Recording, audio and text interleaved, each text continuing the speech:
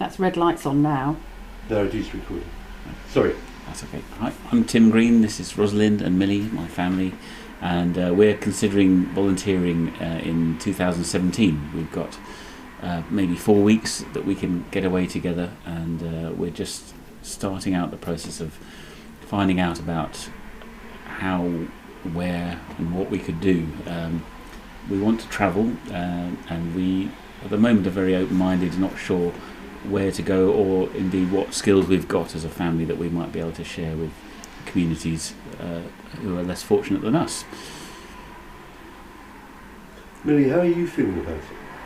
I admit I am a little nervous of what I've got to offer, but I am really excited to go in and meet these new people and how their lives are and what their customs and things are, and I just think it'd be a really good experience.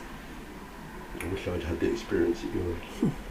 Rosalind, how about I think it would be a fantastic experience as a family to take time out of our normal lives and go to a different community and put some skills back into a community and help develop what they've got already. We know that it's very important that it's seen as a developing skills thing rather than going in and telling people what we can do and then thinking that we can do it. So the collaborative process of working with a project and helping is really exciting, and I really hope we can get something going.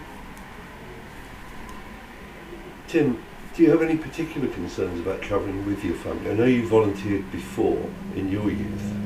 Do you have particular concerns about travelling with Millie or Rosalind? Part of the process we're going through is doing our homework, as I call it, which is finding a responsible organisation that we can trust, first of all, to put us somewhere where we will make a difference and be useful.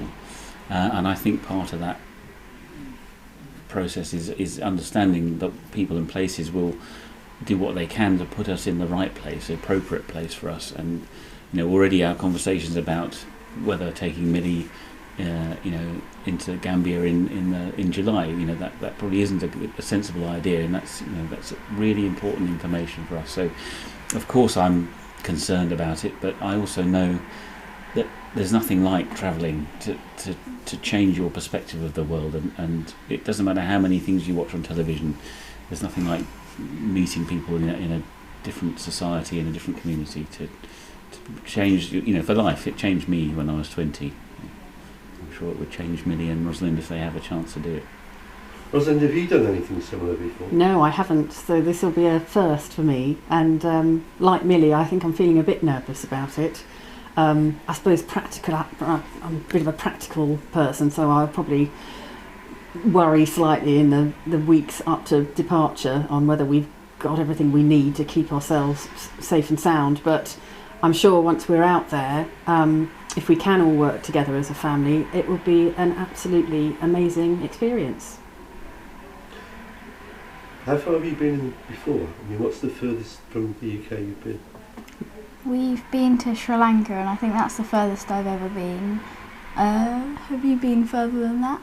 Well, I've just about crossed the equator, but that's it. Yeah. I think Sri Lanka is about as far as I've been. So It was amazing. Did you enjoy? What did you like about Sri Lanka, Millie? It was just, I think it was the atmosphere, the new food, the people that were there, all the things we saw. It was just so exciting and new, and it just was learning so much in a really, really interesting way. What's the most memorable experience you had?